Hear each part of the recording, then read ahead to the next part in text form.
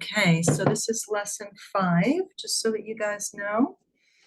And today the lesson plan is that we are going to finish up the multidimensional matrix. So, over here, the multidimensional matrix over here, and with the triple aspects. So the one that we're missing is the timeline. So we're going to explore the timelines, and then we're going to work with the basic session protocol. So it's a whole little sequence of things that you'll do in a session. Some of them which only take a minute, and you'll know how to do it very quickly. It's just worth me explaining what they are. And then you've got the framework, like the container for any work that you do, whether you're working with corrections, whether you're working with grids, whether you're mixing the two, whether you're bringing your own stuff in, whatever you're doing, it's just a good framework to hold the work and to hold it in a very potent, expansive space. So, okay. So let's just open the field. So if you guys want to close your eyes, we'll just open the field. So we call in our spirit teams and our alchemical teams. And we open a field of magic and miracles, blessings, love, and gratitude. We call in the infinite power, potential, and possibilities that exist within the cosmic field and the now point of power. And we call in divine and cosmic protection to protect this work that we do. And we ask for real world tangible results for us and everybody that we work with. And we ask for a reality upgrade, an identity upgrade, and a cosmic upgrade for each one of us as appropriate for each one of us. So imagine that you're out in nature, in your very favorite place on earth, and we're all standing together in a circle. So we're going to begin by extending our energetic roots down out of our feet, watching them go down into the earth, past the rocks and minerals, all the way down to the core crystal of the earth. And our roots are just going to wrap around that core crystal. And then they are going to start drawing up that earth energy as if they were channels of this earth energy and pulling it back into our hearts, pulling that really deeply grounding magical earth energy into our bodies, into our consciousness, and out into our lives, allowing us to be really grounded. And then we're going to let our antennas come out of our crown chakra and go right up through the sky, going up into space until you reach the heart of the cosmos. And let your antennas anchor there in the heart of the cosmos, wrapping around the heart of the cosmos, and using them as a channel to draw down that cosmic energy all the way down into your heart, filling your heart, filling your cells, your body, your mind, your emotions, your behaviors, your consciousness, and all your life areas, your whole life just filled with this cosmic energy. And then coming back to our very favorite place on earth, where we're standing in a circle. From our hearts, we're just going to beam that green heart light, which is the frequency of love, sending it out to each other, one beam for each person in the circle. And you're going to receive all of those beams of heart light, all of that love coming to you. And all of those green beams of heart light crisscrossing each other, forming a sacred geometry of light, which has the frequency of love. And we're all going to dive into that space. That is our workspace. That is the field in which we do our work. Okay. So when you're ready, you can come back into the room.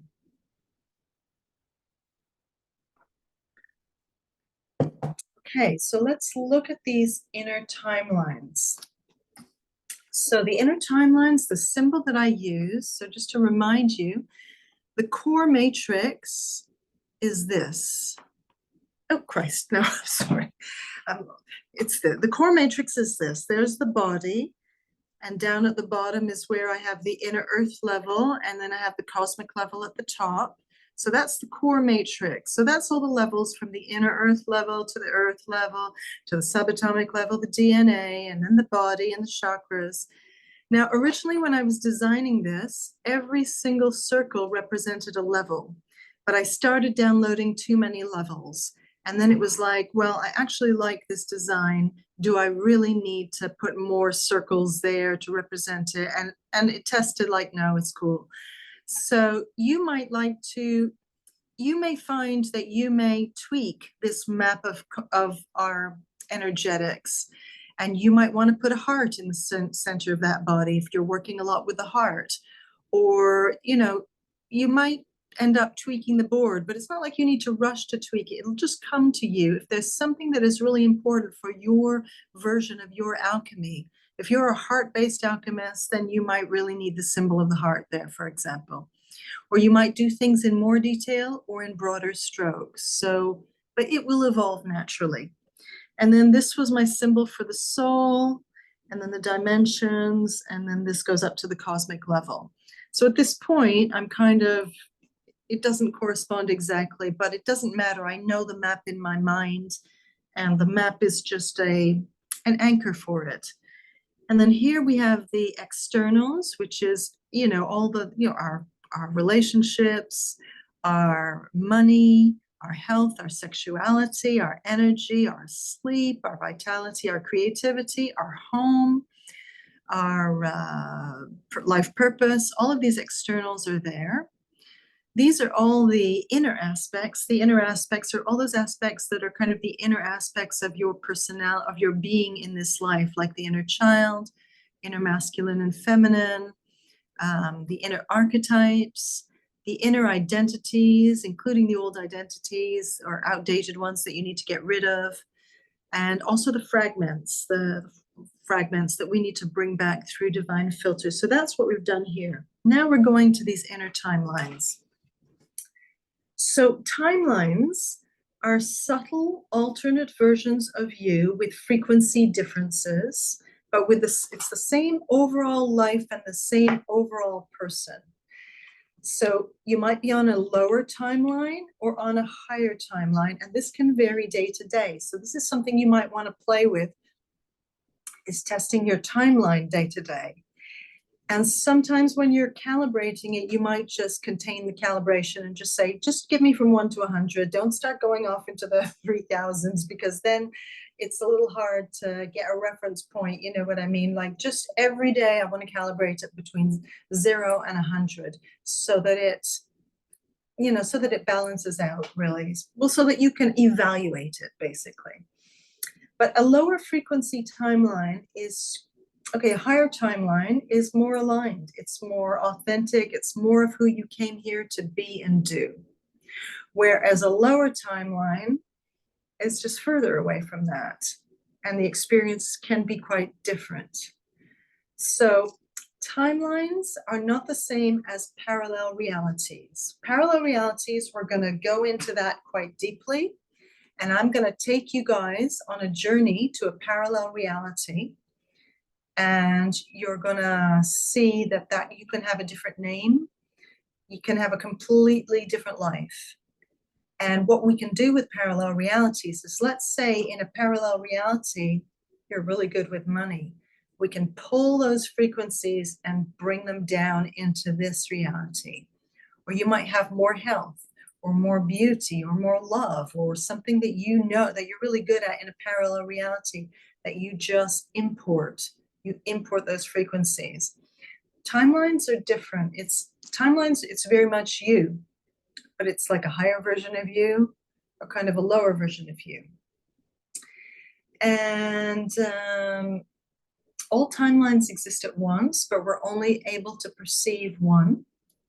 So just to give you a few analogies, imagine that you're skiing and you're at the top of the mountain and your goal is to get to the bottom of the mountain. and you're on a run, and this run is quite a difficult one. It's got lots of rocks and black ice, and you know that this is going to be really stressful getting down. But then you look over there and it's like, oh wow, right there, I can just run all the way down and it's really easy and it's really flowing. So those are like two parallel, two different timelines, if you like. It's like they're both getting you to where you're going, but one is kind of like a bumpy, more awkward journey with more obstacles. The other one is kind of more flowing. But I just want to be really clear. A higher timeline is not necessarily about ease. It might involve some challenges that grow you more around your purpose. So for example, this morning, as I was, completing this lesson plan, I was like, okay, when I moved to Portugal, I did move to a higher timeline, but I started 7 years of intense hardship and challenge, but it grew me more. So you can be on a higher timeline, but you're going to have to go through some challenges, but the result is that you're going to grow much more than if I had stayed in London, which was all quite easy for me, but the growth was not going to lead me to this level of expression of me, if you like. Okay, another interesting thing. So just another personal example. So I was calibrating different timelines, and we're going to do this for you in just a minute. So for the first 40 years of my life, I wanted to be a rock star. So my purpose is very much about communication, creativity, and also world change, right? But I wanted to do it through music, like John Lennon type of rock star, like with a message type of thing.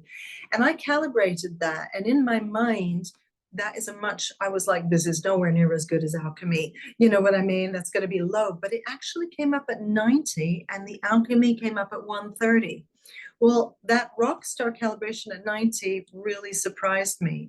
But then it was similar-ish. So you see, there was one timeline as rock star where through music, you're communicating, you're being creative, and you're seeding new consciousness into the world or positive ideas into the world. That comes up as 90. It's similar, but it's not the same timeline as alchemy. So alchemy is kind of higher, but it's kind of similar-ish in terms of a purpose. It's using the same basic skills and with the same orientation. So, okay, so what I'd like you guys to do now, just so that we always play with things and do things experientially, is I want you to test your current timeline. See what you get.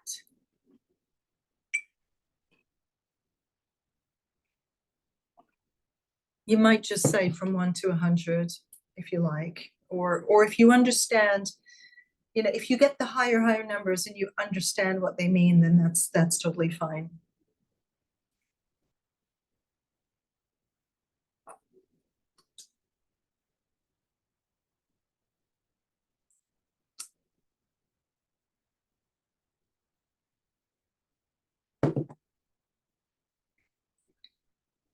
So maybe just write down your current timeline. I've got a couple more calibrations for you before you guys share. So you've got your current timeline. Now just think, just tune in for a minute to a time in your life when things were really easy and fun. Just see what pops into your head and just calibrate that timeline.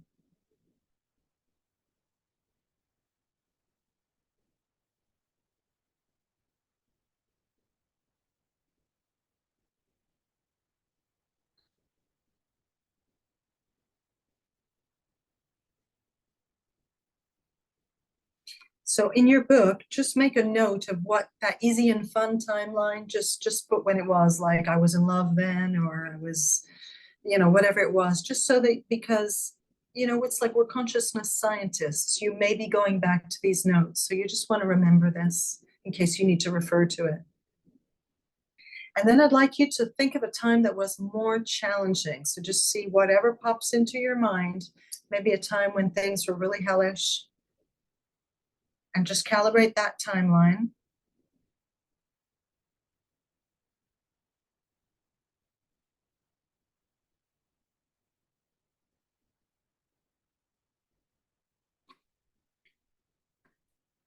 And then when you've got these three calibrations, I want you just to consider what the information that you've been given and just see what that tells you. For me, I'm always need examples to understand frequencies and stuff, like with an example, I can ground it and understand it.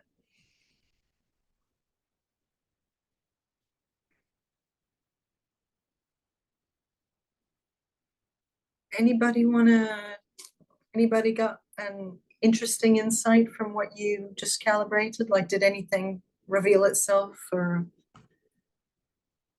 Scott, were you putting up your hand? I think you're Yeah, in, yeah. yeah. So now is 100%. Mhm. I tested my wedding day for a joyful, that was 100%. And then I Uh-huh. tested divorce process, and that was 100%. Whoa, interesting. So they're all on track. Yeah, The divorce was on track, and that is really interesting. yeah, yeah. The wedding had to happen so I could get divorced, so I could be where I am now. Yeah, you had to go through that Yeah, relationship. Also need, yeah. So yeah. that gives you a really interesting perspective when you find that something that your mind would have said, oh, that's going to be a really low calibration. Yeah, Very because interesting. I was expecting the wedding because the divorce happened. I was expecting the wedding day to be low. Like it was a mistake, but it was Yeah, yeah. very interesting. Mm. Anybody else have an interesting insight, Angela? Oh, right. Okay, to somebody else. Well, that's interesting, just what he was just saying. But for me, the current was quite high. It was like 150. Well, Mm-hmm. it depends what the maximum would be. I don't know. But anyway, it was like high. Then it was just the first thing that came into my head just several years ago when I was having I wouldn't say it was an amazing time, but it was a lot of fun, and I was just doing really well. It was in this music group, and it was all very kind of like high profile and just like amazing and everything. And that calibrated about 70. So that was a lot lower. But then I think there was a lot of tensions, politically things going on. So maybe it was that. But I was like kind of really happy as in like that. And then the last one was just like a while back, and it calibrated really low, but it was extremely it was 40, and that was just like, when I had a lot of trauma. My mum died in an accident in America when I was quite young, and there was just extreme family trauma, and it was just, I quickly remembered that incident and everything that went on around that time, and there was tons of it. And that was 40. And yeah, so I don't know. I mean, if that was supposed to be something that was meant to grow me, I mean, obviously on some level you could say it would have, but I don't know why that would be 40 then in that case. But the trauma was so great, there may be, I don't know. What do Well, you well, trauma will always knock out your system. So it could have been that the trauma happened and then you went low. You oh know yeah. what I Yeah, yeah. That's how I interpret it rather than you were low and there was a trauma. For me, it would be I the other way. mean, yeah, I don't know. I think it was all the things really, to be honest, that whole everything period, perhaps. But uh I don't know. So yeah, it's an interesting one, this thing about timelines. I mean, it was not, these things are not things I had any control over. They literally, they were all very much happened to me, if you know what I mean. Like maybe you can call that karma, things that the circumstances and people and family, things that were not, I didn't choose any of them. Right. Traumatic events, external traumatic Yeah, events. so yeah, so I don't know how one would look Well, at that. I mean, yeah, external trauma knocks you down, knocks you into a lower timeline. Yeah, We're the energy system of the human of us, we are so sensitive. So when there's a trauma like that, it knocks out the energetics. and I We'll see. think I was knocked out of that before even that happened because of, Oh, I didn't have any family around me or anything. So I think it was just Okay. Yeah, just like a lot of bad people. But so yeah, so I think it was knocked out anyway. But yeah, it just yes, I suppose it depends how you interpret this, but it just made me question, you know, like when you were saying about how sorry, who was it that we shared? Scott? Oh, Scott. Yeah, I mean, I understand the principle about how something is although it can seem like, you know, or not seem like, but you know, you're going through this awful time, but actually you're growing. I get that, you know, the challenges. But I think maybe there's like growing a good, I don't know, there's like a positive type of growing with challenges. And then Right. there's also a negative, a downward spiral. I don't think you do grow through every challenge. This is my feeling. Well, so honey, you could test before, you could test what was my timeline before these events? How did these events shift my timeline Yeah. after? Like you can go into some very specific questioning to understand the whole dynamic. Mhm. Yeah, that's So I want to do a bit more testing now, a bit more exploring. So we won't go through everybody just because it would take a little while. We have a bit more exploration to do. So our timelines, when we are clearing and we say clear the triple aspects, we might be saying as a shortcut, clear my whole core matrix or my whole multidimensional matrix and triple aspects. This is a shortcut to clear the whole energy template of who you are. And when we're saying triple aspects and we're talking about timelines, this is how I'm defining them. All past selves and past timelines, all present selves and present timelines, all future selves and future timelines, and also your conception, the moment you came into this reality, your womb time, time in mother's womb, which is a real time of bringing down patterns and anchoring and embodying patterns, and also your birth, which is also a really formative event which shapes basically how you move forward in life.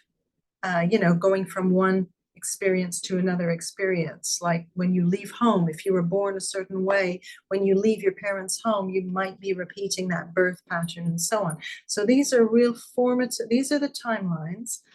And just like everything else we've looked at in the matrix, they will hold energies. So sometimes when you're doing your exploration as an alchemist and you're looking for trauma, so far we've only been looking for trauma. But in the weeks to come, we're going to be looking to see if there's ancestral imprints, if there's any karma being held there, is there any interference there? We're going to be looking at a whole bunch of other stuff that might be held in this whole blueprint, basically. So as it refers to the timelines, I want to do a little bit of an explore, and I want to explore trauma, and I want you guys to test. We're going to start by looking at your past. Are we going to look at your past? Yeah.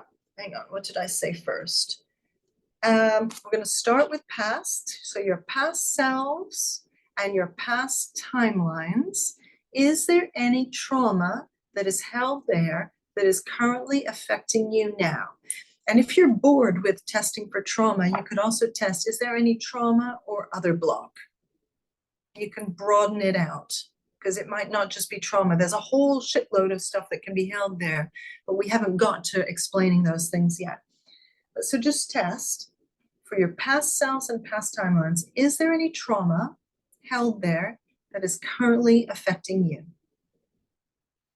And if you get a yes, calibrate it.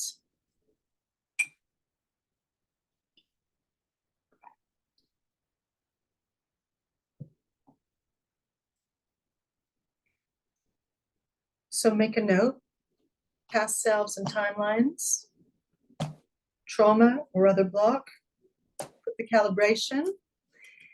And if there is some, just try to tune in and see if you get a sense of where it's affecting you. Is it affecting your health? Is it affecting your money? Is it affecting your aging process? Is it affecting your sexuality?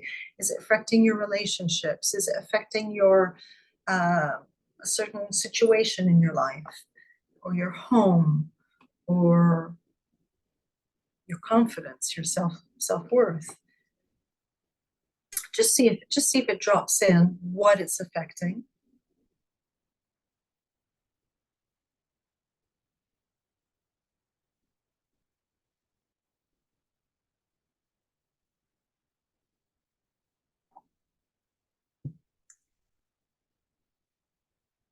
And then once you kind of have a sense of it, and don't worry if nothing drops in, if you don't get a sense of what it is, we're just not going to spend a lot of time on this.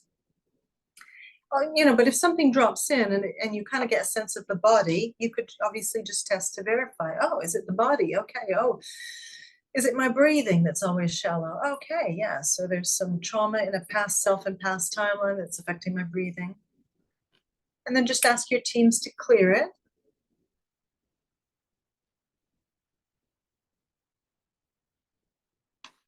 And then as always, just retest and see if it's clear.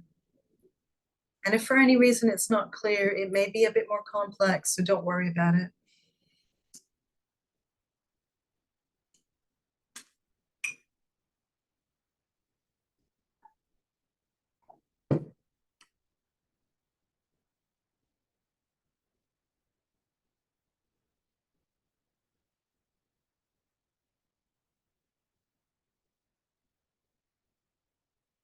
Okay, is anybody all clear? Like there's nothing, no trauma, no blocks?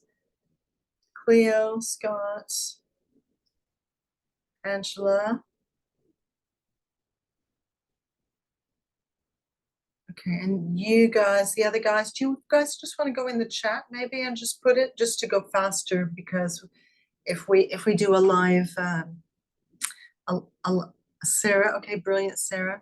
If we do a live chat, it's just take a little, maybe a bit too long than we have. So chats.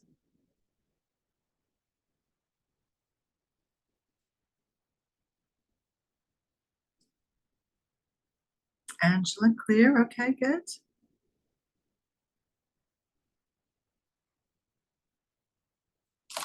Teams, just please clear and delete these blockages.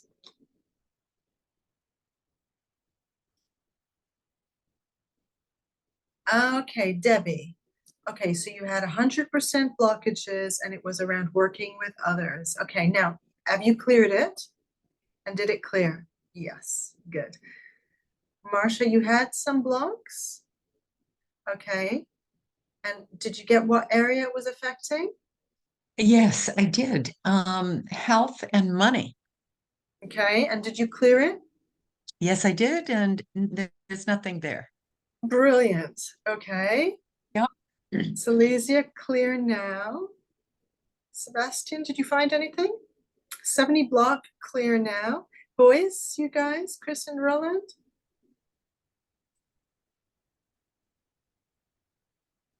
Okay. I got money and home, 90% cleared it. Okay, great.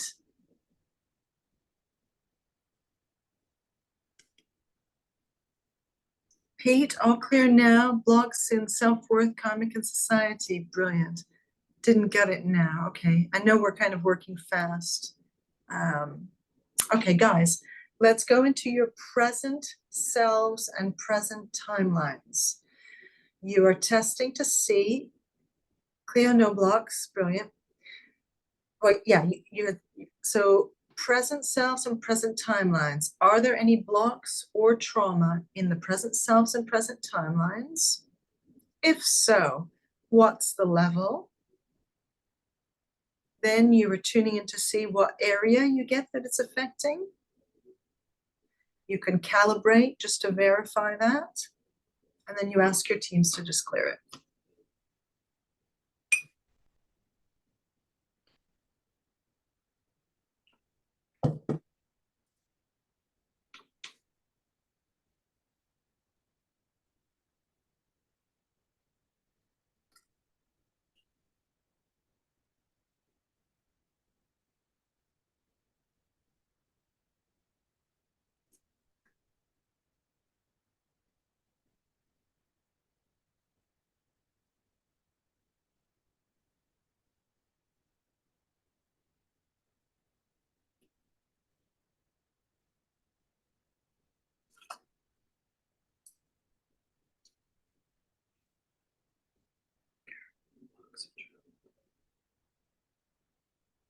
Okay, so in my present ones, I've got 90, almost 100% blocks and trauma. And fear is what's coming up, fear, in the area of fear. So I'm just going to ask my teams to please clear that.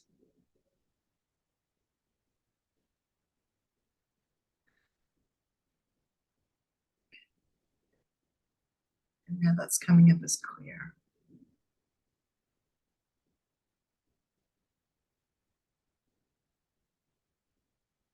Which is interesting because I have had a lot of fear. Fear of noises, fear of neighbors, fear of energies, fear of loss, fear of Portuguese taxmen, all sorts.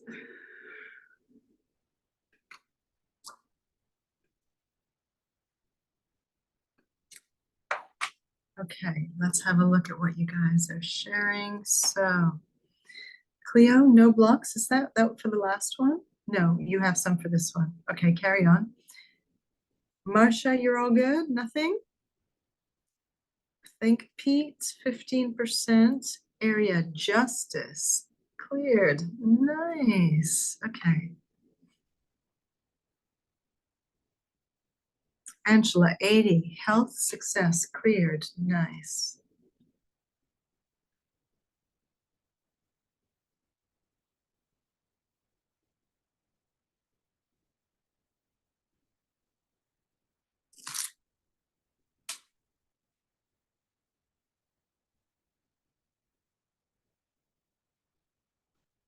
Yes to both. All clear now. Not sure what area. Okay. Christian and Roland, how are you guys? Scott, 60% cleared to 55, but I'm aware this one will take more time. Okay, cool. All right. I think this might relate to what you're going to share, right? Yeah. When I put the chat, I can't see everybody's face. Chris and Roland, did you guys get anything noticeable?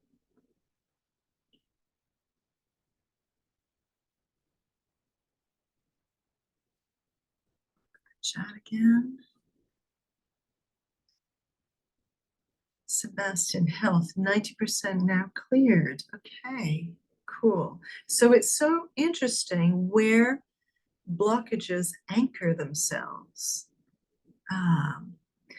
Cleo, present, 100% blocks, money, book writing, for being seen, and abandonment. And now you've cleared it?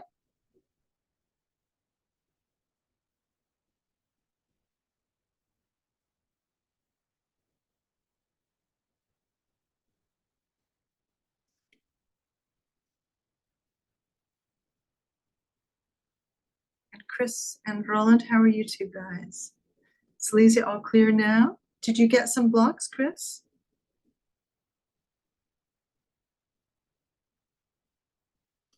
Just writing. Silesia blocks 100%. Okay. Now, money success blocks. Okay. And did you clear them? Chris, you cleared them? Sylvia, money health for past. Health cleared, but money does not clear. Okay, we'll talk about that. Present. Trauma, 100%. Area sabotage and betrayal now down to 30. And betrayal at 70 now. No, not yet. Okay, we'll talk about why it doesn't clear in a minute. Now, I just want to show you something on the board, and I'm going to be repeating this over and over again. I want to show you, you see this wheel on the board? Here's the board, and here's the wheel. This is 0 point. 0 point is creator, but it's like where creator takes energies and then it sucks up the energies. That's why it looks like a vortex, and it takes negative energies or low frequency energies, and it's like a vortex which then transmutes the energies and repurposes them into new forms of life, of light, of love, of whatever it wants. So with the board, I'm going to be teaching you some hand gestures. So you can just be like, Okay, I'm working. So this here is our workspace. This is our workspace. And this is our multidimensional matrix. And what you can do is you're working there. So you might have a finger there, and then you might just pull your finger down there. And it's like I draw down those energies that I'm working on and I send them to 0 point. You might say I send them to 0 point, or you might just use your finger and like, I'm sending that to 0 point, or you just might have an intention. I'm sending it to 0 point. And when you send something to 0 point, it's like I'm sending it into the cosmic transformer, if you like. It's like the garbage disposal where the garbage gets transformed into light and love. All the low frequency energies get released, whatever form it was in, whether it was interference or trauma, gets released, and then it gets transmuted into just love and light, and creator can do whatever it wants with it. And I'm just gonna go over this again and again and again so that, you know, by the end you'll be really comfortable with the board. But yes, so when you're clearing, you can just go boom. You could just draw your finger. I'm working on these energies here. I've just found some trauma at 100%, and you can just go boom. As long as you're clear what you're doing, I'm just doing that. That sends it into the sort of clearing process, if you like. It's like the board is programmed by your consciousness. So, okay, so we looked at present blocks, and we looked at why we saw that in a couple of cases it didn't clear. Scott's going to tell us a story, not quite yet, we'll wait in a minute, but we had this experience yesterday and it was very, very interesting. But just to tell you that if something doesn't clear, anything that you do, if it doesn't clear, there's usually some interference. And so interference is a whole block that we're going to explore, but just to give you a little preview so that you kind of have an idea of what we're talking about. It might be alien interference, it might be entities or something like that, or it might be human interference, alive or dead. And interference can sometimes just be your best friend that you had an argument with who's thinking negative thoughts about you.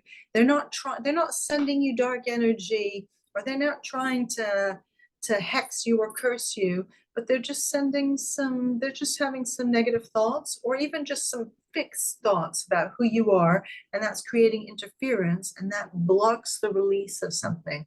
So usually when you're clearing something, it will usually just 100% clear, but if it doesn't, interference would be your first port of call. Like, interference, what kind of interference? And then you just clear the interference. But sometimes you need to have a little chat with the person. And like my dead Jewish grandmother, as I was trying to clear all this Jewish stuff, she didn't want me to clear it. And she wanted me to stay in a kind of a Jewish trauma state. And so she was blocking me from releasing it. And I went to her and said, please stop it. And she wouldn't stop it, you know? So anyway, I'll tell you more about all of that. And kind of why she was doing that. But it's not a big deal. It's nothing to be worried about. It's just something that once you know what it is. It did take me a long time to figure it out, though.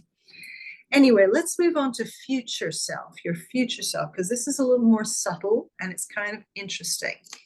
Are there blocks? Of course, we know that all time is simultaneous, but still, are there any future blockages or trauma that are there any blocks or trauma anchored in your future selves or your future timelines that are currently affecting your present?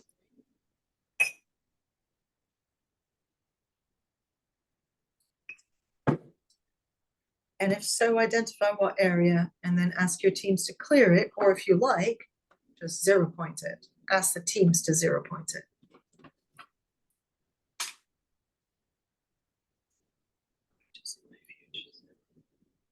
Oh, wow.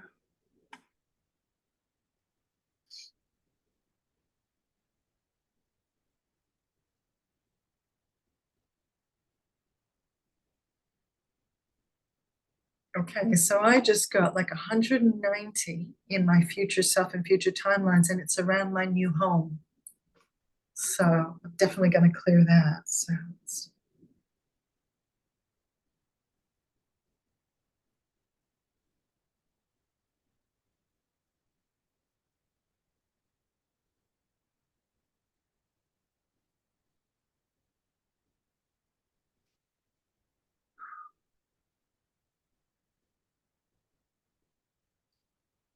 Okay, I just cleared that and I felt a lot of ripples, so big energy release. Okay, let's see what you guys are reporting.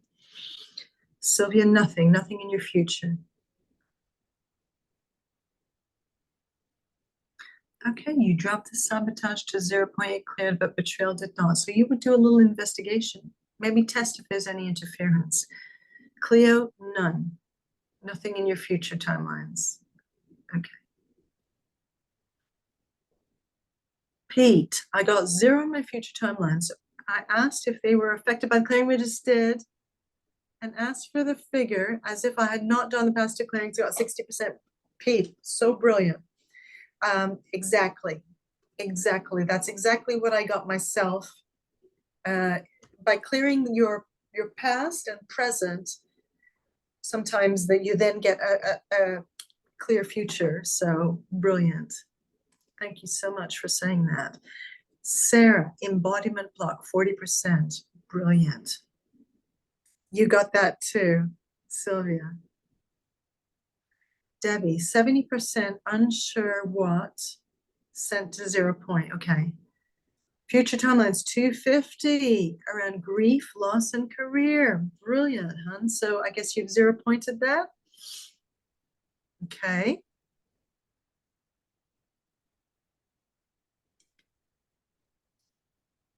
Marcia, 95% cleared. Brilliant. Silesia, 40% affected. Yes. Sebastian, how are you doing? Did you get anything in the future timelines? Yeah.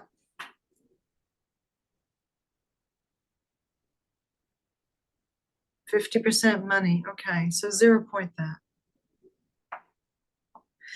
Okay, so Scott, do you want to tell people what happened?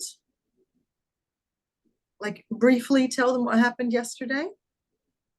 Yeah, we were testing and we found that my future self was blocking my current self from fully accessing my heart space because the pain to access it fully in one go would be too much. So my future self is just drip feeding it, sort of we're knocking like 10% off a week, so to speak.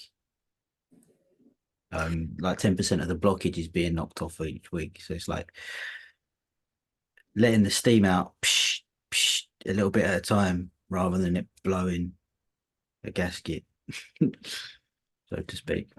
Because I had done the clearing on Scott and it didn't go. So I was like, well, that's interesting. So is there some interference? It came, yes. And then it was like, well, who is it? And it was like, oh, it's your future self.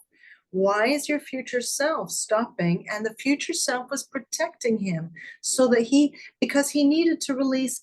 I could have cleared it all energetically, but that was not the right thing for him. He needed to do some of the heart clearing in a more embodied way. And this is where, when you're working alchemically and the spirit teams come in, they are regulating how the client clears things because we all clear differently. So I'm going to talk about that in a minute. But that was so interesting. So, this is the thing about alchemy. It's a journey of discovery. As you work on yourself and as you work on your clients, it's a total journey of like, oh, wow, is that how it works? And so you get these interesting results and you need to just contemplate them a little bit to understand them. And once you understand it, your picture of reality expands. So it's very interesting. Okay, and now let's just do this quickly for your conception. Are there any blocks in your conception? This is the moment. This is your personal big bang when you came into life. And it's like birth at a different level. It's like death at a different level because you're shifting dimensions. And maybe there are some blockages in your conception. And maybe they've already cleared naturally just through the process of your life, or at some point up until now, you cleared them. But is there anything remaining that is a blockage in your conception? Because that can be very, quite a big blockage, because that's a PowerPoint for you.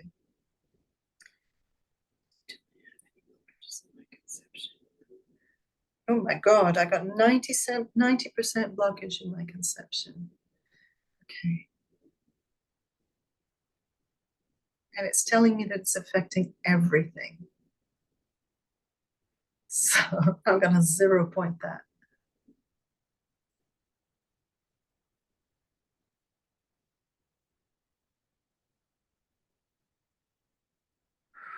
Okay, now do we have any blockages in my conception?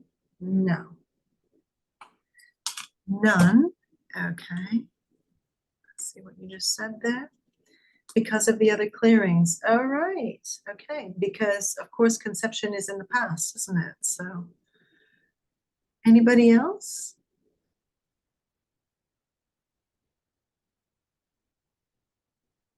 %70 conception, none for birth. Christian. 30% cleared to none. Okay, conception. Conception, yes, 70% sent to 0 point and asked to need to know. Okay, right? Brilliant. Marsha, 100%, so clear that. Conception, 65, 0 pointed it. Yeah, Angela.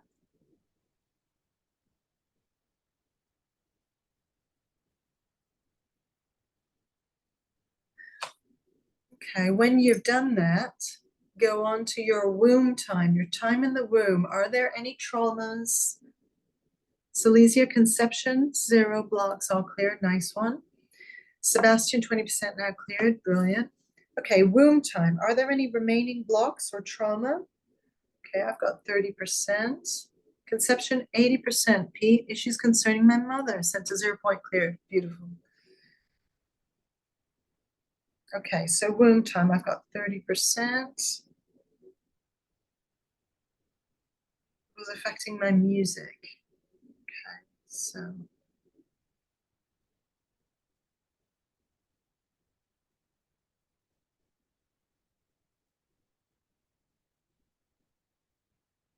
Okay, that's clear. Okay. So what did you guys get in womb time?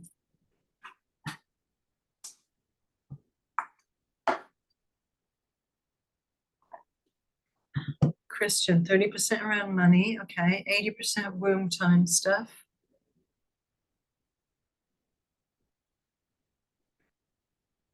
None, which surprises you. Well, you know, stuff clears throughout the life, right? And you've been working on yourself for years, so that area may have just cleared. Angela, 30% mental health, womb time.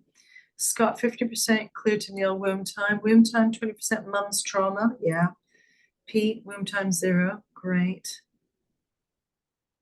Okay, when you've got that, let's just do the final one, which is birth. How much, basically, how much gunk is still there? So how much trauma or blocks? So in my birth, I've still got 30%, affecting creativity. Okay. Pete, womb time 0, good. Okay, so I'm just going to 0 point that.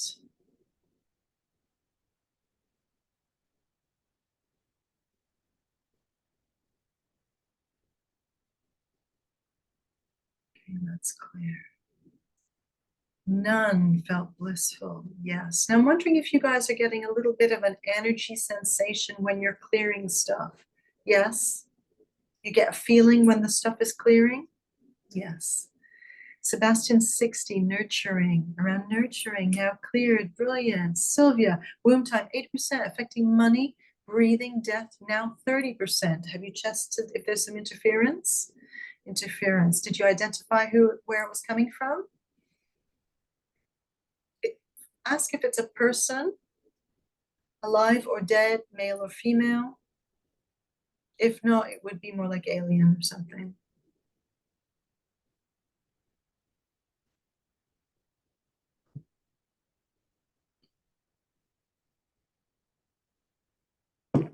Alien. See if you can clear it. Ask your teams to clear it. And usually when you clear the interference and then you come back to the original calibration, it has just cleared itself once the interference is gone. Birth time, 40% around family. Now it's 0. Brilliant. Okay. Is anyone else getting a kind of a body energy response while you're clearing?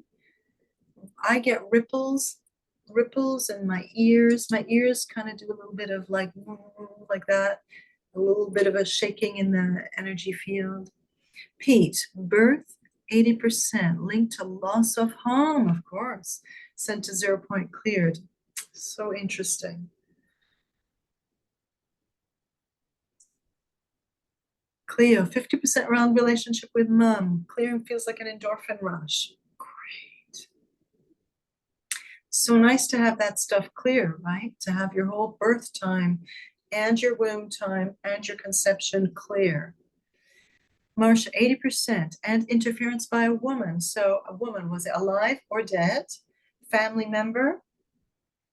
And then see if you can see who it is. And then when you know who it is, and even if you don't know who it is, you just go up, call up their higher self and say, hey, please, could you please stop that? And usually they do. Not always, though. Okay, so with these clearings, do they stay cleared or does it appear later? What is cleared is just what is ready to be cleared. Yeah, what you've cleared, you've cleared. What you've cleared, you've cleared.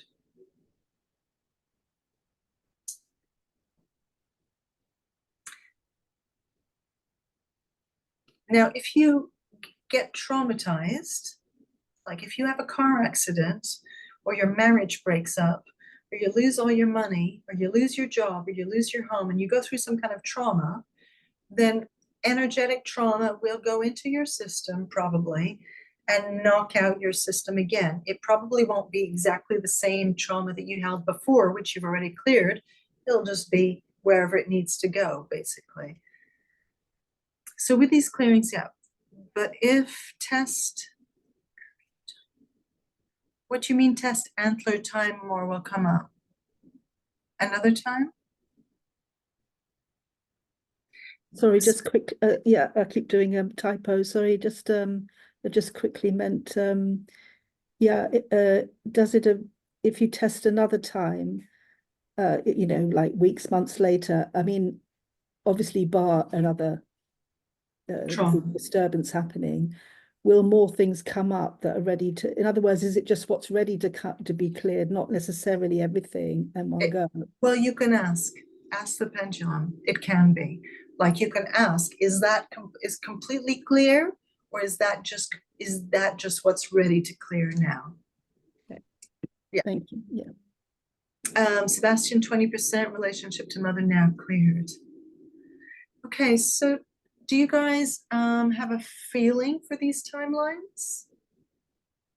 Now, obviously, you don't always want to go into that level of detail. So generally, when you're doing a correction, well, we're going to go into it in a minute, but just to summarize timelines, you're generally going, clear this pattern through my whole core matrix and triple aspects. You're not going into that level of detail, but occasionally you're working with a client and it does take you down the rabbit hole a little bit, and you do need to locate the specific thing to be able to pull it.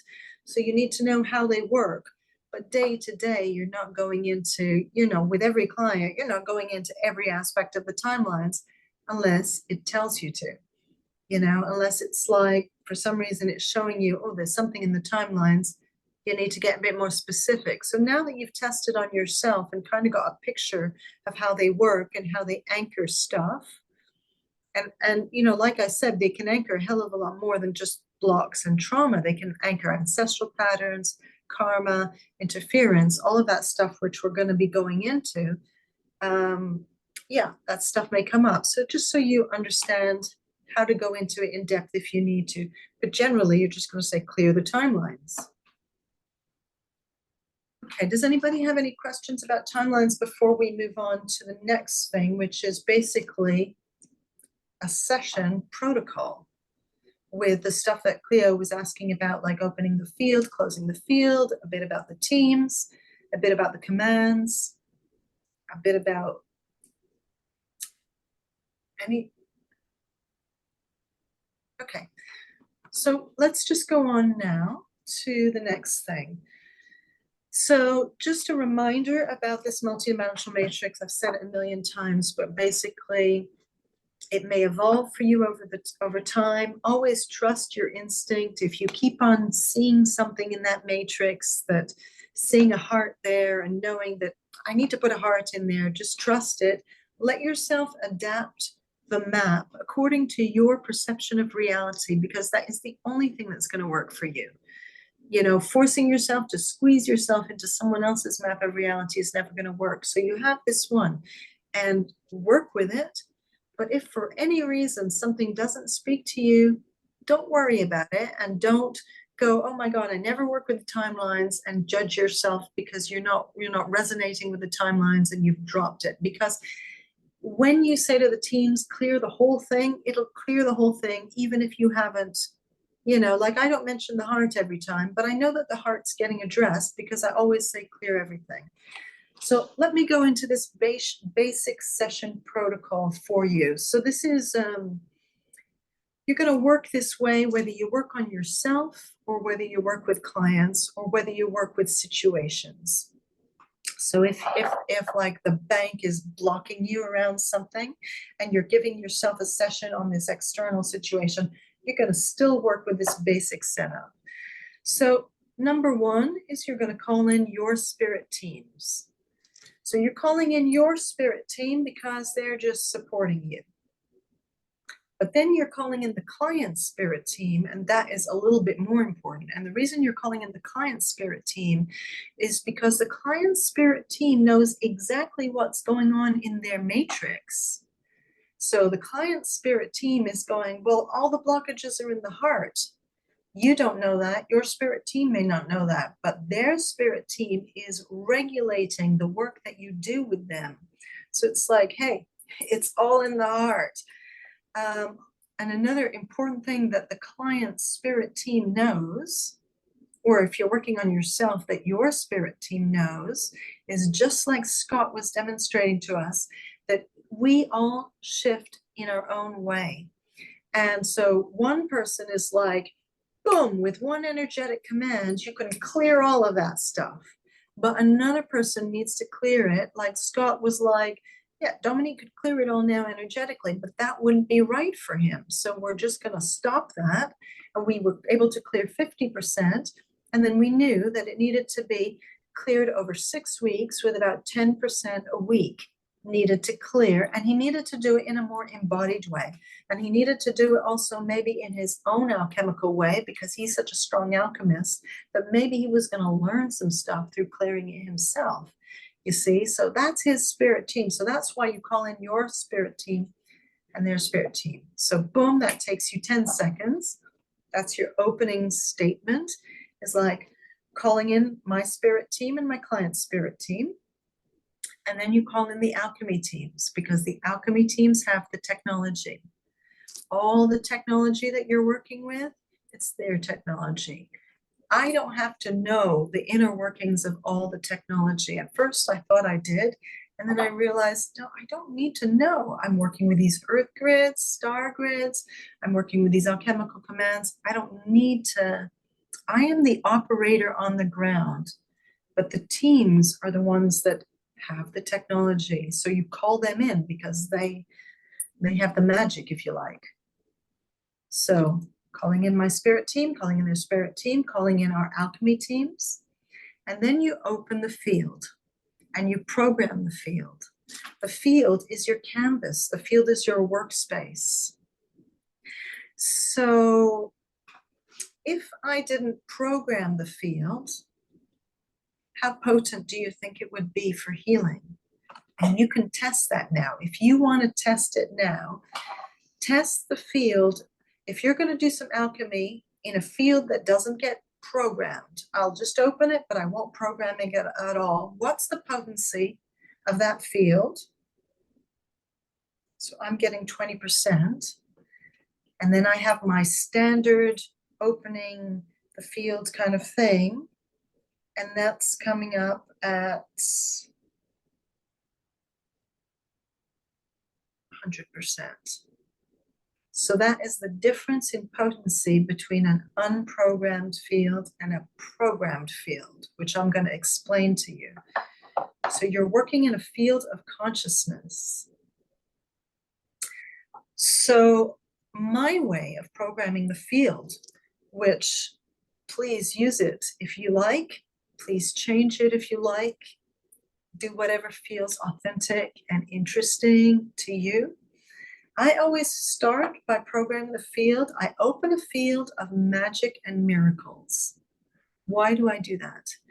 Because miracles are events that happen that are beyond what we think is possible. So we think this is possible, but miracles are events like any other events, but they're beyond what we think is possible. So I want the healings to be beyond. Because it stretches open the field. And magic just brings, magical energy into the field. So I program everything, but it happens with magic and miracles. That means my field is really wide and miracles can happen in it. And let me show you the board. So I open the field, and this symbol, this little multicolored star, that is my symbol that I had somebody design as a symbol for miracles. And if you look at the board, the four corners of the board have miracles, which means that the whole alchemical board and all the work is held by these pillars of miracles. Do you see on the corners, there's the little miracle symbol. And I just chose the symbol. I mean, you might want to get like a massive download, but you can also choose a symbol and program it. I want this symbol to represent miracles. So usually what I do is I open the field in this cocoon of magic and miracles. And the magic is this symbol. It's this it's almost like a Star of David, but it's got these little points around it. So it's not actually a Star of David. It's there it is. See there, this guy there. It's got little extra points around it. So we've got magic and miracles. So I'm opening the field and I touch the points. That's how I use my board. I touch it. Then I don't have to verbalize all this stuff, which is kind of tiring to verbalize it sometimes. I will verbalize it with clients because when they hear the words, it has an energetic impact on them. When I'm working with myself, I'm just using the finger movements, kind of like open a field of magic and miracles. There, touching those points. Then I bring in, now my buttons are multi-purpose, multi-function. So even though the heart represents externals, it also represents blessings, love, and gratitude. So just know that this board or any future alchemical board that you may create, you choose the buttons and they can be multi-function. So I open the field of magic and miracles. I bring in blessings, love, and gratitude because that feels like an energy of love.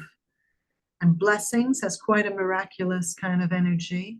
And gratitude also, that's a great energy to work in. And then one day, it kept on just getting longer and longer and longer, but it felt important to make it a potent field. So then I go up to here. Now we know that in the multidimensional matrix, this is the cosmic level because that's the top level. And then I thought, well, in the cosmic field, you have power, you have potential, and you have possibilities. So I touch that and I say, and then I bring in all the power, potential, and infinite possibilities of the cosmic field so that for my client, anything is possible. And then just recently, I added another one, which actually, I think you guys have on your board. I just need to write it, but I think it's on one of the later versions of the board. Then I thought, I want to bring in the now point of power. So I think you guys have that little dot there, the now point of power. Like now is that point of power where anything can change. So I bring that in as well. And then I use this, which is timelines, and I bring this energy in, and I bring it in for divine and cosmic protection. I definitely don't want any interference interfering with the work. I bring in divine and cosmic protection. And then this one, obviously that's the inner aspects, but its dual function is that it brings in real world tangible results. Like I'm doing these sessions, but I want to see some real change. So I bring in real world tangible results. And then finally, so real world tangible results. I just draw my finger from there to there. And then finally, I do this. I draw up my finger through up their core matrix, through up their core matrix and down, and I pull it down into the earth to ground it. This is the symbol for the earth, and it's about grounding. So we've got the cosmos up there, and we've got the earth there. And so I go real world tangible results and a reality, life, identity, and cosmic upgrade. And I just draw the finger up in there. Now, you guys don't need to do those finger movements. You can. If you want, I'll make a video. Well, this is on video, obviously, but I could make a shorter video if you want to do those hand movements. I could just do a short video for you. You want it? I'll do it. I'll demo it for you just on a short one, so you can just go back quickly and just see that. So the hand movements are it just makes it more embodied. It uses the energy of the board. The more you use the board, the more energized it is. The board anchors the energies. The more the board holds the alchemical space for you. And again, you don't have to do it my way. You might just go, I open this work up to infinite potential. Just like that. Infinite potential, love and infinite potential. Because mine, to be honest, it's a bit long-winded. When I do it, sometimes I'm like, oh my God. And my close is exactly the same thing. I seal the field in a cocoon of magic and miracles, blessings, love, and gratitude, the infinite power, potential, and possibilities of the cosmic field, the now point of power, divine and cosmic protection, real world tangible results, and a reality matrix, identity, and cosmic upgrade. I close the field in exactly the same way. But you guys can do that and do exactly what I've done, or you might have some other way that is more resonant with who you are and what your work is, to just seal the field and just maybe protect it. Protecting it is good, I think. So it's a little long-winded mind. You might not resonate with it. You might have a much more elegant way that is just more true to who you are. So just do it your way, or just do whatever you want, really. And whatever you want is the right way. And just know that alchemy is an evolutionary process. So you might just start with just one simple and elegant statement. And as you understand it more, something else might drop in. So you might just say, I'm doing this work in a cocoon of magic and miracles, and now I'm sealing the cocoon of magic and miracles. And you might just like to do it that way because it's just much simpler and more elegant for you. And then something may come in that wants to be added. So you're never in a fixed, alchemy is not a fixed, rigid field of consciousness. Your consciousness is always evolving. You will perceive new things. You will expand. You will understand more layers and levels of reality, just like that. Okay, so coming back to our sessions, so we've called in the teams, we've called in the spirit teams, we've called in the alchemy teams, and we've opened the field and we've programmed the field. And the field now is much more powerful and potent a space than if you just did it in a neutral space, which is kind of like a nothing space, really. Okay. And then you want to clear your pendulum and just make sure that you're testing correctly. So my command for clearing the pendulum is I always say I clear the board, I clear the field, and I clear the pendulum. So I'm clearing the board. When I'm clearing the board, I'm not clearing the programming I just did.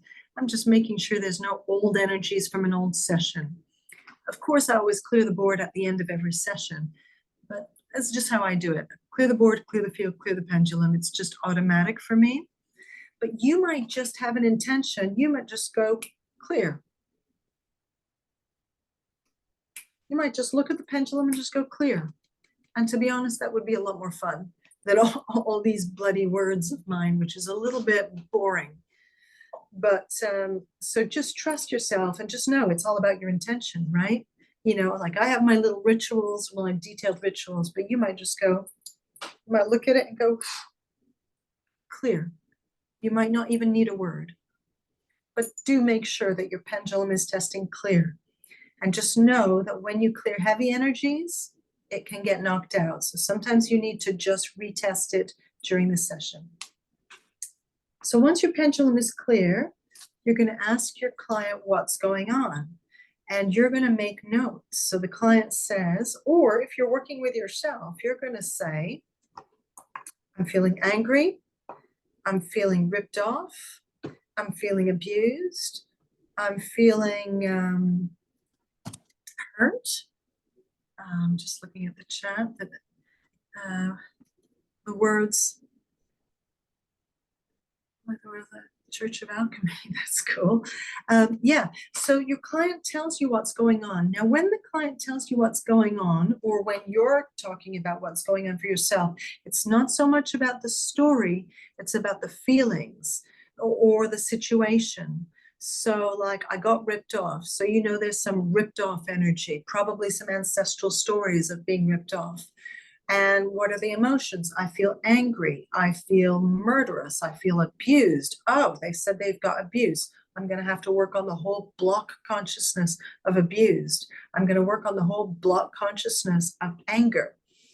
I feel ugly.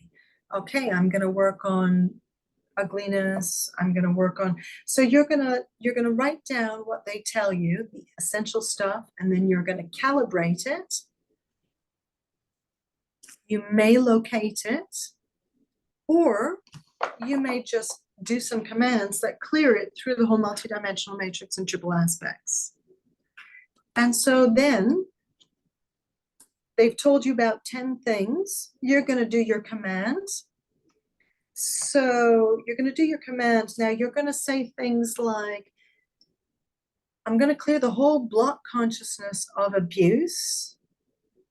And there's still some more things I need to teach you about this to make it really, really complete, but we're just not there yet. But you're going to say, I'm going to clear all abuse from all lifetimes, from all dimensions, from all their ancestral lines, all karma-related abuse.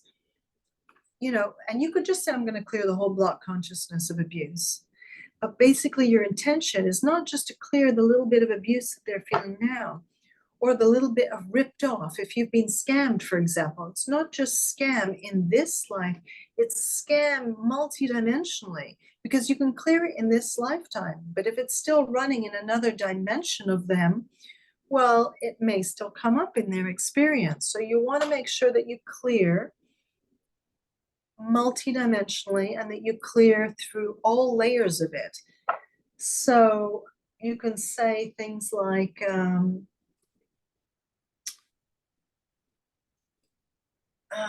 let's see. Well, you could say, let's clear all extensions. So there's the abuse energy, and let's clear all extensions of the abuse energy, like any sub-patterns, which might be beliefs, which might be emotions, which might be behaviors, and all damage created by this energy.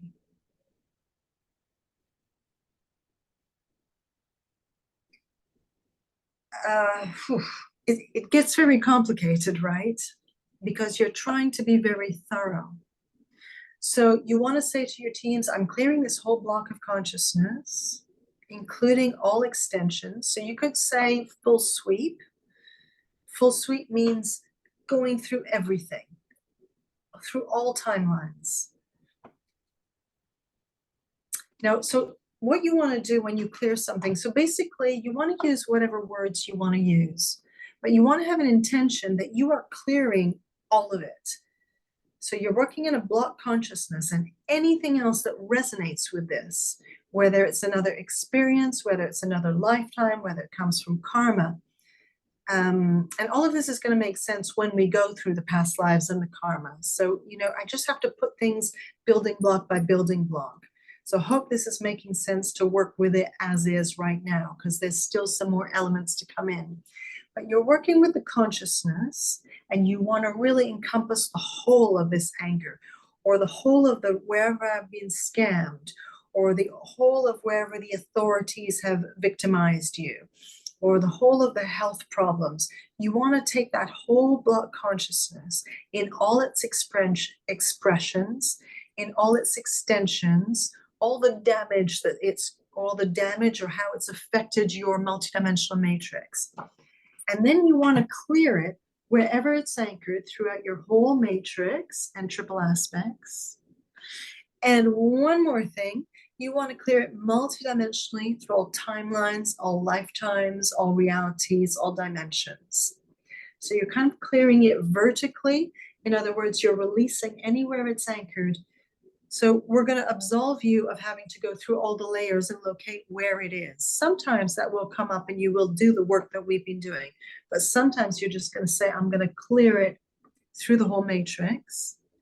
But the additional thing is you're going to say, and I'm going to clear it multidimensionally through all layers, levels, dimensions, time frames, realities, universes, through time and space. And I'm going to take all this and I'm going to put it in the Facebook so that you have that written down. So that is the clearing process. Now, again, we're going to go into deeper and deeper layers of this as we get into the next lessons. But right now, how are you guys doing with this? Like, is this making sense in that you're working with a block of consciousness and you're not just working with the scam energy right now? You want to pull up the whole block consciousness. And you want to clear the whole matrix. That's making sense, right? Does anybody have any questions? Yes, Marsha, go ahead verbally. We got that. It was the last step. And then you said you still have to go back multidimensionally? So once you've kind of set your consciousness, your intention that you are clearing this whole pattern in and every template of it in every possible part of a person's multidimensional being. Does that mean anything connected? Yeah, anything that kind of Okay. vibrates the same frequency or has the same model of consciousness. So someone that's been ripped off, it might have been ripped off in many lifetimes. They might have the ripped off through their ancestral lines as well. So you're gathering all of those frequencies that have the same frequency of consciousness, that are the same template of experience. You're gathering all of that. So you're telling your teams, gather that whole block consciousness in Okay. anywhere it's coming from. And I'm going to clear it wherever it's anchored in the whole multidimensional matrix and triple aspects. I'm releasing it, whether it's in the timelines, whether it's the inner aspects, whether it's in my health or externals, whether it's in my heart or my soul or my cosmic level. So I'm just clearing the whole thing, basically. Okay. Okay. Got it. And then there's one last step, is to do it Yeah. multidimensionally through all timelines, dimensions, realities, versus, but you can just shortcut it and say, clear it multidimensionally, because it does get a little bit wordy to say all timelines, all dimensions. Is this a lot? Is this getting a little bit heady? Or are you guys really? Yeah, go ahead, Debbie. Short question. When you was working with Scott and you realised that you had to do it and split it so that you release the trauma 10% 1 week, 1 week, 1 week. Yeah. How did you come to that if you're using the board in the way that you're describing? Because I did the clearing of whatever it was, I can't even remember what it was. And I did the clearing and it only cleared 50%. And I was like, well, okay, that's not what usually happens. And then I was like, okay, where's the block? And I was like, is it here? Is it here? Is it here? It's here. And it was like, okay, it's here. And so I said, is it past, present, future? I said future. And so I said, it's your future self. So I said, oh, let me have a chat with your future self and ask if he will release it. And I actually said to Scott, can you have a chat with him and ask him if he could release it, because he's not releasing it. And he said, it's like I'm protecting you, or it's too much, or I don't know what he said, Scott. Do you remember? You got a very clear message. Yeah, it just needs to be let off a little bit at a time, because it's Right. just too much to go. I wouldn't be able to handle doing it all in one go. And you did actually feel what it felt like to handle it all in one go. And it was like, that's too much. So that's how we got there. So, Wow. you know, as a living alchemist, it's exploration. It's not like there's a book that you follow. It's you know, you use the pendulum and you explore and you ask questions. You don't need to know everything. You just need to be good at asking questions, really. Okay, so how are you feeling about this? This is the clearing protocol. I know it's a little bit complicated at first, but we will review it over and over and over again until it becomes like, this is just kind of a first presentation. But to be honest, you can just say, teams, just clear it. You know, teams Can I- just clear just- my whole matrix multidimensionally. You can just do that. Go ahead, No. Scott. Personally, from a client's perspective, when you do the wordy clearing where you go through all the multi-dimensional, you know, I find it comforting, because it's almost like reassurance that it's not just happening on a superficial level, that we're going in and we're ripping it out at the root almost, you know. Feels thorough. Yeah, yeah. So from my perspective as a client, I prefer the longer, wordier one. But that's just me, I suppose. Yeah. And I think the words have an energy and they let the client go through a process and feel the different layers. Whereas I could just say, teams, clear it multidimensionally, or clear their whole matrix multidimensionally. And you may choose to do that. And if you're just using the alchemy for yourself, you may go, well, I'm not going to use all these bloody words. So just clear my whole matrix multidimensionally. That's essentially what you're doing. But right now, we're going into detail, because if you really understand what you're doing, then when you use the shortcuts, they're powerful. But if you're just using the shortcuts without knowing what they're really doing, you don't understand the power of those shortcuts. So that's why it's a little bit wordy. But the way we're working is that we will come back to these things again and again and again. So by the end of the 16 weeks, you will really have embodied all of it and just know how to do it. So today is just the first time. I know it's a little heady. Angela? Yeah, I put it in the chat, but I think I'll ask it here because it's a bit easier. You know, like a block consciousness, can it be like a field? As in, like, say, money or home or authority? Well, one of the fields that we did before. Do you remember when we did that? Or was it more like a specific situation, you know, a particular event? Or is that really the same? It's not a field, hun. It's not a field. You're not, well, you are clearing the field of money. Yeah. Let's say someone is losing money or getting scammed or getting the Portuguese government taking their money. It's a particular thing. Like for me, I've been playing out this Jewish thing where the authorities are taking money from me that I don't owe, right? That's the Jewish ancestral thing. So it's a block consciousness of authorities taking your money. And so that may have happened to me in past lives. I've also taken it on from my ancestral line, and I might have it in parallel realities as well. And I might just have other resonance with it. So it's that is what I'm clearing. I'm clearing my money field, and I'm also clearing my whole multidimensional matrix. But what I am clearing is this particular signature frequency of Yeah. authorities taking your money. Yeah. So it is really, yeah, it's, although it's part of the field, it's dealing with a particular circumstance, an Yes. event or an occasion, that something that's going on. Yeah. It Okay. could be ill health. It could be blockages around relationship. It could be lack of self-esteem. It could be you're aging too fast, or it could be emotions, stuck emotions. It could be all sorts of things. So you're working on that block consciousness. And as we go through the next few lessons where we go into the ancestral and karmic stuff, and we're going to do that experientially, you will understand a bit more experientially what those things are. And so when you say, I'm evoking that whole block consciousness, you'll know about all these different parameters. But for right now, until we get to those things, you just have an intention that I'm evoking that whole block. Whatever resonates with this, clear it, remove it from my matrix, and do it multidimensionally. Does that make sense? Yeah. Yeah.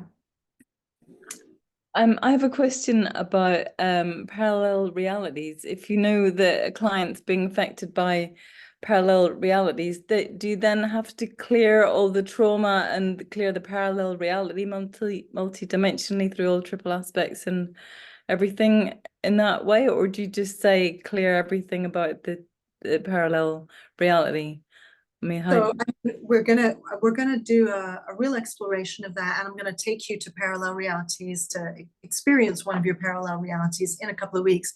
But just to give you a preview to answer the question, the way I see it is that the parallels bleed energy to us, and so for it, there'll be some parallel realities which have maybe an energy that's not helpful, that is bleeding through. I call it parallel bleeds. So I would say clear all those parallel bleeds, and then I would put up some crystalline boundaries. But you don't need to necessarily remember all of that right now, because we are going to do that as a properly. Yeah, it's just this client who I've got is that's what is going on for him. So I just wanted to know how to do it. Yeah, because yeah, I mean, yeah, Just it, say I didn't all of know that energy. Yeah, because he clear it. came a year ago and I didn't know anything about parallel realities before. So now he's come back again. So I want to do everything, the whole swoop. Said, yeah. Full sweep, full sweep, yeah. Full sweep, yeah. Pete, you had a question? Did you? No? Anybody else? Actually, yes, I did actually have a thing to ask. I mean, I think something, I'm sure I'm not the only one who has experienced this, but sometimes it does seem to be pretty dimensional. I mean, and completely demeasure just the number of things that we have to clear. And I mean, this is a question that, I mean, having been through, I mean, God knows how much psychoanalysis, how much, working with God knows how many different people, healers, whatever. I mean, in some senses, I mean, there's a sort of point where I think, I mean, why aren't I just sitting on a desert island with my feet in the air, sort of at the moment, And there's another sort of sense where I've sort of felt that, in a way, maybe at this time there's a lot of, it's sort of coming to our generation to start doing this work that hasn't been done before, and that actually when we go into it, it is a bit like you look under the carpet and then you look under the sofa and then you think, oh my God, and it's like the more you look, the more you find. But I mean, I don't know how you feel about that, but sometimes, I mean, I do have sort of moments of not despair, but just, it just sometimes it does feel almost endless, the amount of work. And, with the things that you've described, and I'm thinking, holy shit, if Dominique is going through this, given the amount of work she's done, it's like, whoa, it's because you've been working at this for years, so I mean, there is sort of something there. I'm not quite sure. Is it that we're just being called to do so much more than our previous generations? How do you feel about that? My personal view is that consciousness is kind of rising. And so we have a new perspective on things, more clarity, more understanding of energetics. I think that this kind of work is going to be commonplace in the new earth, is that people will work energetically with all sorts of things. Maybe not so much in depth, but I think they'll work energetically with food, programming their homes, all sorts of things. And I think that also because we're in a big transformation, we're having to clear a lot of shit. So, and especially like us, we're all alchemists. And so we kind of have a mission to do some clearing, and we're clearing for the collective. So, me personally, I'm not Jewish, but my father's Jewish. But my life's mission, in terms of like the heavy lifting that I'm having to do, is this whole Jewish story. But then the fact that I'm doing it now over the last 7 years, and there's this whole Jewish thing going on now with Israel going completely berserk, is like, okay, clear all that Jewish stuff, because they're carrying so much stuff that they're reaping trauma on the world, So I think that the work that we do personally is for the collective. It's important work. I know it's exhausting, but it's also really, really rewarding. Do you know what I mean? I mean, I haven't had fun these last 7 years, but, compared to my other years, it really wasn't fun, but it was purposeful, Yeah, no, I mean, I understand that. I mean, I think that it's, like for example, for my father, who, I mean, was virtually, I mean, he was almost a conscientious objector in the Second World War. And really, it was like either you fight or you go to prison. And so he did fight. He joined the Navy. And then he went through all the traumas that you can imagine going through naval service. And I think just for him to be able to reach the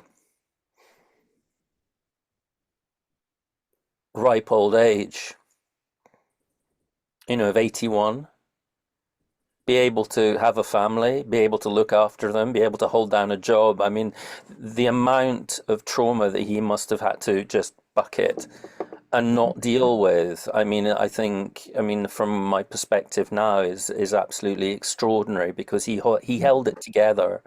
And I think probably the amount that he saw and the amount that he experienced, must just be unimaginable. And he protected us. He just put up a firewall. He told us little bits and pieces of funny stories, but basically he put up a firewall. And I see now such a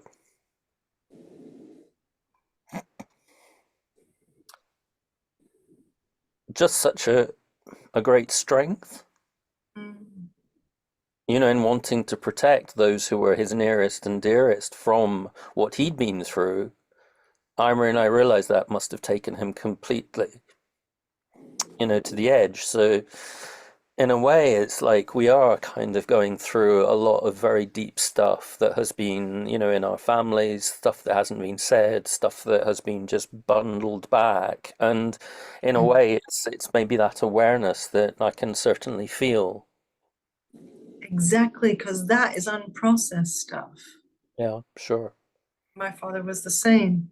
Went through the Second World War as a Jew, never said a word, So that's all that stuff gets transmitted to you. So then you're carrying all of that stuff, and you need to work it through and release it. Sure. Yeah. Marcia. Well, I know that in that particular case, that really hit me. Once when I was with some students of mine in Berlin, and we went to the German History Museum, and I stood in that museum. Yeah, Yeah. I almost collapsed. Yeah, it's pretty heavy. Human And history. my students asked me if I was okay, and it was interesting. They were French students with a British guy who was sort of in the process of kind of reliving something that his father had kind of done what he could to oppose. And the whole thing, it is just absolutely dimensional. I mean, it's so, so huge that we carry. I think I'm Mm, certainly now beginning to, through the work that we're doing, beginning to get a feeling for that, and like what's very beautiful, what Scott said, that actually we have to open those valves very gently, because if we actually really just said, right, we're going to clear everything today, it's like that, you'd just be taken out in the blast, because it's actually too much. And that's perhaps, for me, maybe that answers my question, why we continue to have this work, because in fact, just energetically, if it was all cleared in an afternoon, we'd probably just be evaporated, and that would be it, straight out, because it's actually too much for one person. The voltage is too high, the energy is too high. It's incredibly mm, moving. mm. Thank you. Yeah, thank you, Pete. Marcia, were you going to say something? Yes, Pete, it's only within the last 6 to 9 months, from a friendly and neighborhood wonderful man who's a psychic. When my father came clean about, he died when he was 39 in a car accident. But what he said was, from a very early age, he felt afraid of dying. So, in to the language we're using now, was it a curse? Was it a hex? Was it his great, where did it come from? Mm, That's one thing. I feel responsible for clearing ancestral stuff. It's like I got to do it for my family. Nobody else is going to do it. It's going to be me, and I want to do it. I want stuff you shouldn't have to see. You shouldn't have to live. Anyway, that's one thing. But about the importance of all this clearing, I'm an ex psychotherapist, and going through my own training, my own therapy, frankly, that lasted a very long time and was extremely expensive. Like there were answers to things I couldn't get, and I needed them. I needed the freedom I needed. And I went to a past lives therapist, and there they were. Boom, boom, boom. And I moved on with my life. mm, That kind of freedom to be able to offer it to people who want it, it's a very beautiful thing. Very, very beautiful. And I think a very responsible thing to do also. Those are my positions, really. So I love that. I've never just given my ancestors a session, but you could test, would it be beneficial for me to give my ancestors a session? And given that I've been dealing with all this ancestral stuff, this would be a very cool thing to do. So let's just test this. Should you do? May I say something to you? Yeah, May I say please, something? please do. Why don't you get your great grandmother to get your mother in line? Get her in Uh, line. you Do you mean know what I mean by that? my grandmother who was blocking me? No, you talk to your great grandmother to talk to her daughter. Right. Well, I'll tell you about that interference. Well, I was going to tell you when I taught you about interference, but when I tried to clear some of his Jewish stuff, and the grandmother was interfering, and she was in real life very, they'd gone through the Holocaust. Her brother-in-law died in Auschwitz. The other brother-in-law was hung by the Bolsheviks. And she was really like the Jewish thing. So here's Dominique coming and clearing all this Jewish stuff. And here's Dominique, who actually, as a child, said, no, I don't want to be Jewish, because I resonated with English. I didn't resonate with the Jewish thing. So she didn't like that. So here I am clearing, And so she comes in and blocks my clearings.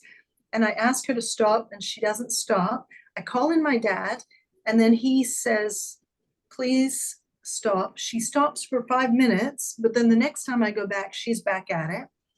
And I get my dad again to tell her to stop. And then she asks her other son to block me. And then when I went through the whole process to get him to block me, then the Jewish cabal were blocking me. It's like they wanted me to feel the Jewish suffering. It's like, and I could tell that more than what she loved me was she wanted me to feel Jewish pain and to be in that Jewish kind of control grid, which I've never been in. And I'm like, okay, I have no choice but to clear all this shit, but I'm actually not Jewish. You know what I mean? It's not who I am in my heart. I'm like a cosmic being. That's who I am. So it was a big job to get rid of that interference. Usually it's not that big a job. But anyway, let's just test for a minute. Should we do a session on our ancestors?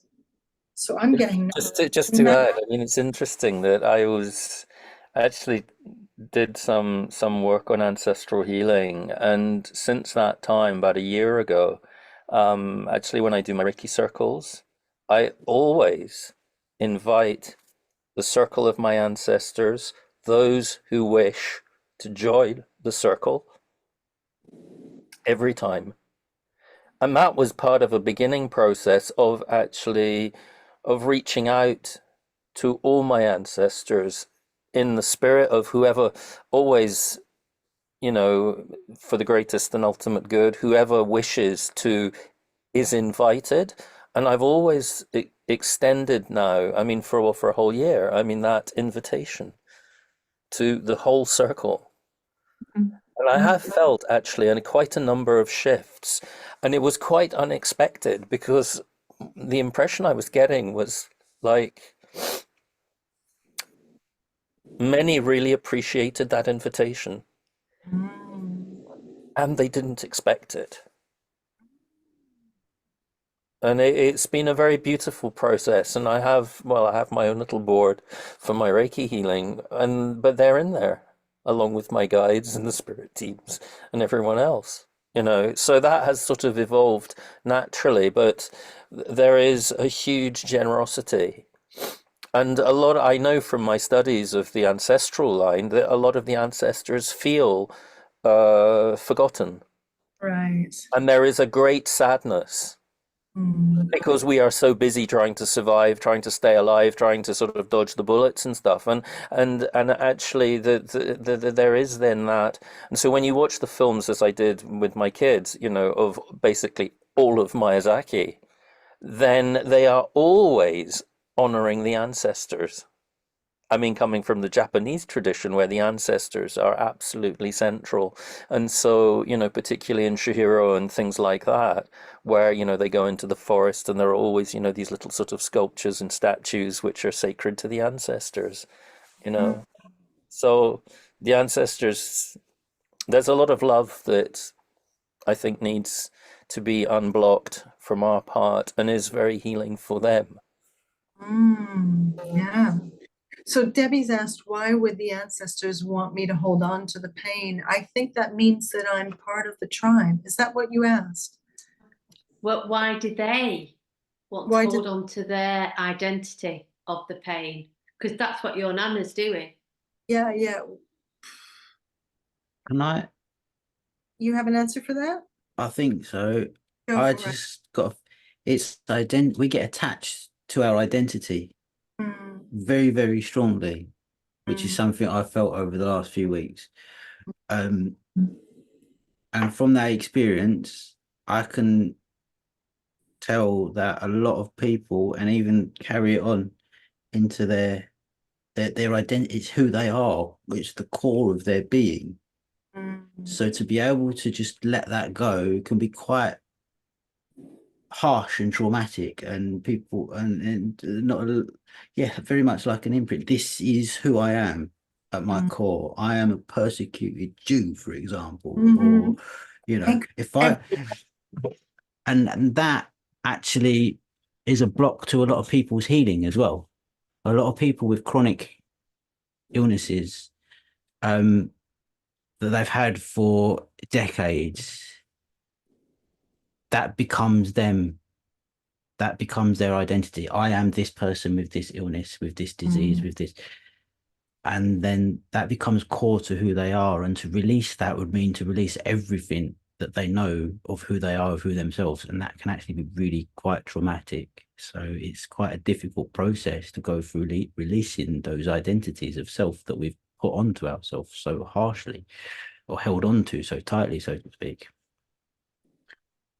Sure, hence a Yeah. rebirth, holding the trauma, carrying it through from a past life. Yeah, and so you could have maybe you were suffering as an Irish person, and then you're holding that trauma, and you rebirth as a Jewish person. You hold that trauma, then you rebirth as a Palestinian, and you hold that trauma.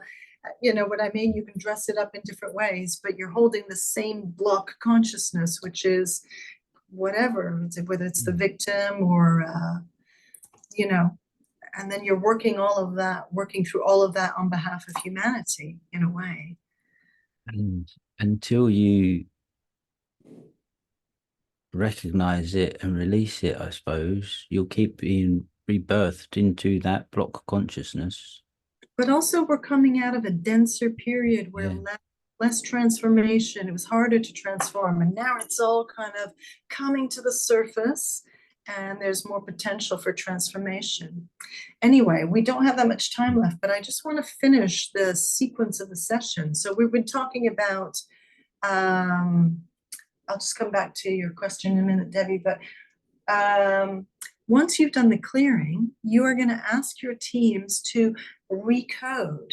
So basically, you've removed a block of consciousness, and that block of consciousness may have distorted the functionality of your matrix. So you're going to then call in teams, and these might be different teams. So you're just going to see what you feel. But I call in a different set of teams. I call in healing teams. I call in light codes. Sometimes I call in the diamond light codes. Sometimes I call in the cosmic light codes, sometimes healing light codes. So, and it's just sort of spontaneous what comes out of me. And then I say, please repair, heal, restore these areas that were holding this block consciousness that has now been removed, and realign them and bring them back to their original divine functionality, or heal them in alignment with the person's divine self and divine purpose. So you can kind of flow with this command, but the essence of this command is we've removed some blockage. Now I'm bringing in the specialists that are here to heal the thing. And so I'm saying, please heal it, repair it, realign it, and restore it to proper functionality. So maybe I was holding trauma in my money life area. Now that that trauma is gone, repair the functionality of my money life area so that money starts to flow in alignment with my highest self and my highest timeline. So you can find your own wording for this. And in the thing that I'm going to post on Facebook is my wording on it. And you can call in just the healing teams if you want, or the healing teams on the light codes, or the diamond light codes, whatever you resonate with. So in a way, I can tell you, do the diamond light codes, and you can play with it. But you just, I mean, you guys are all master alchemists, really. And so you just see what you feel in terms of who's the right team to do the repair work here. It can just be healing teams, or whoever's the right team to do this work, come in, repair the energy matrix, realign it, restore it, and raise it to the frequency of this person's greatest functionality. So that's that little recoding bit. And then finally, once the work is done, once you've gone through your clearings, after every clearing you do a recoding. And the person's given you 10 different things. So you'll check off, I've done that one, you'll recalibrate it. Okay, the anger was at 100%, now it's down to 0. Now I'm going to go on to the resentment. Okay, I'll do the clearing of the resentment. I'll heal and recode that. And now I'm calibrating. Okay, it's down to 0. Now I move on to the next thing. And you just follow your thread like that. And then when you're done, you seal the field. I seal the field, like I said, in exactly the same state, the same way that I open the field. I seal the field in a cocoon of magic and miracles, blessings, love, and gratitude, the infinite power, potential, and possibilities of the cosmic field, the now point of power. I bring in the divine and cosmic protection. I think protection is actually important when you seal the field. You don't want any interference. And then again, I ask for real world tangible results and a reality upgrade. So I just kind of reverse my opening thing. So just feel into how you want to do that. But you can just say seal the field and protect the field. You could just do it simply like that if you don't want to go into so much blah, blah, blah. And then you close it, and then you just want to clear the board, clear the field, and clear the pendulum. And you want to unplug from your client. You and your client have had your consciousness plugged into each other. You want to unplug your consciousness, and then you want to thank the teams. So that is your sequence, which I'll post on Facebook, and you can follow it in terms of lines. I'll post you a shortcut. I'll make a mini video of me just doing the kind of like finger movements and stuff. And yeah. So how are you guys feeling about, this is a very basic session protocol. Once we go into karma, ancestral stuff, parallels, interference, contracts and agreements, hexes, curses, gender patterns, racial patterns, spiritual and religious patterns, phase resonance. Once we go through all of those things, there'll be more elements, but this is basically your basic session protocol. And already with this is just a structure. It's just a kind of a framework to hold you.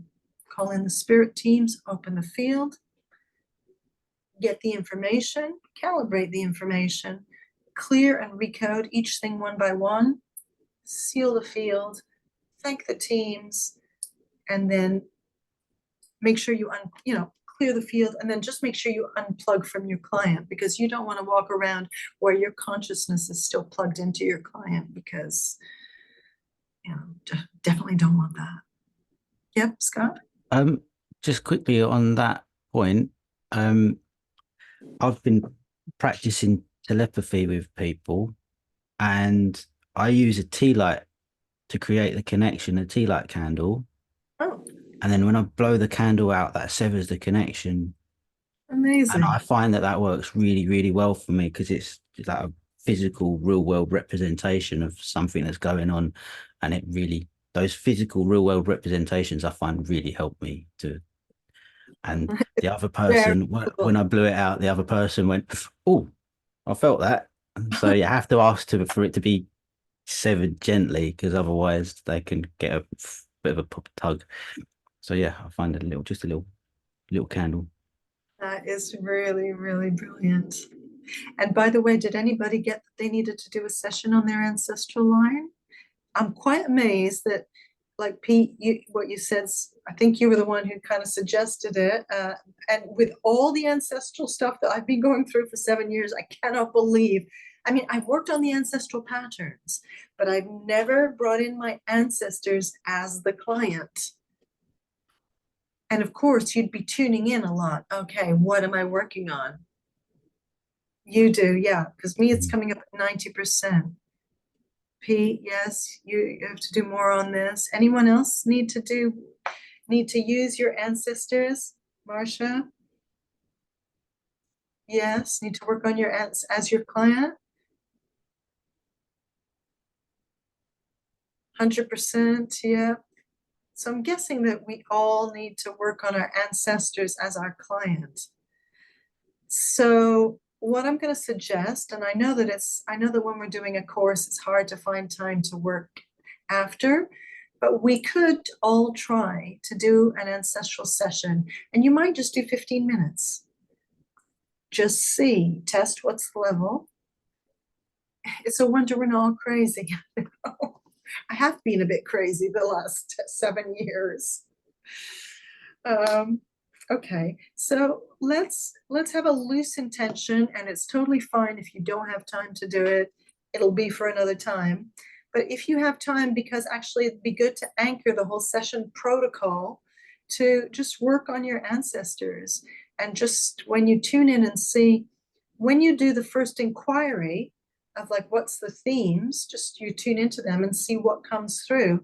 And each, you might not get a load of story from the ancestors, but they might say, like for me, if I tuned into my ancestors, they might say trauma.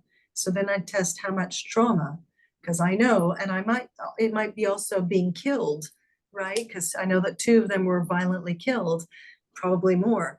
So it might be all of that. So the trauma of being murdered and having your life taken, and imprisonment, and then the money losses, and falsely accused, and so we'll see what kind of themes come up for our ancestors, see how strong they are, and then just do the block clearing. Like, you don't have to have all the details. You're just going to ask your teams, clear this whole block. And then if it doesn't clear 100% and there's any interference, it's probably the ancestors. So then have a word with the ancestors and say, hey guys, come on, I'm doing this for me and for you, so please let me do this. And just explore and see what happens.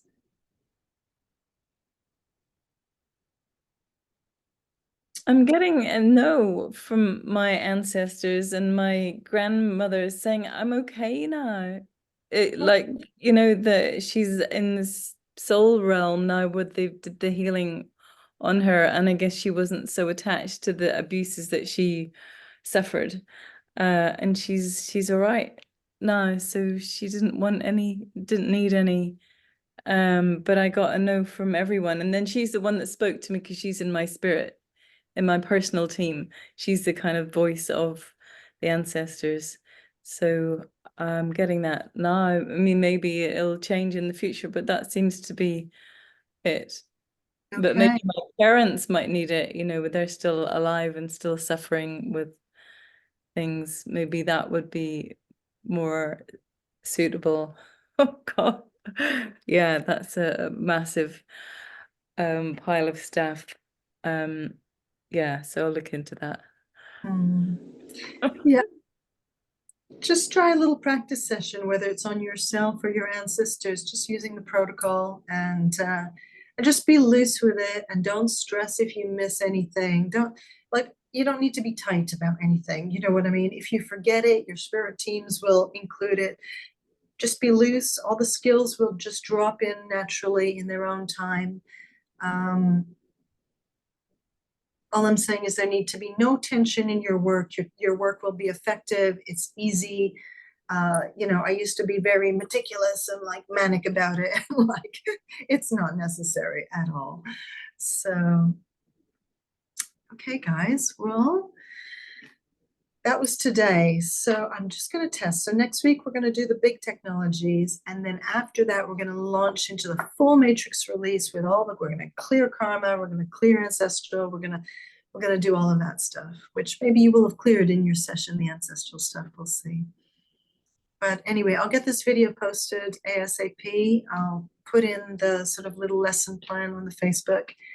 And thank you guys so much for all the very valuable shares on the Facebook thing, because I think we're all really learning a lot from your explorations, which have been really brilliant. So thank you guys so much.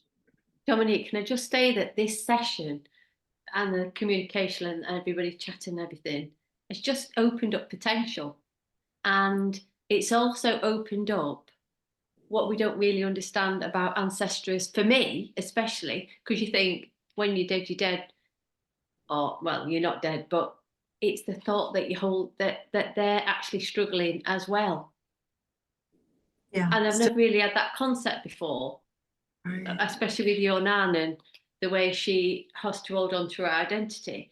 And that concept would never come into my mind.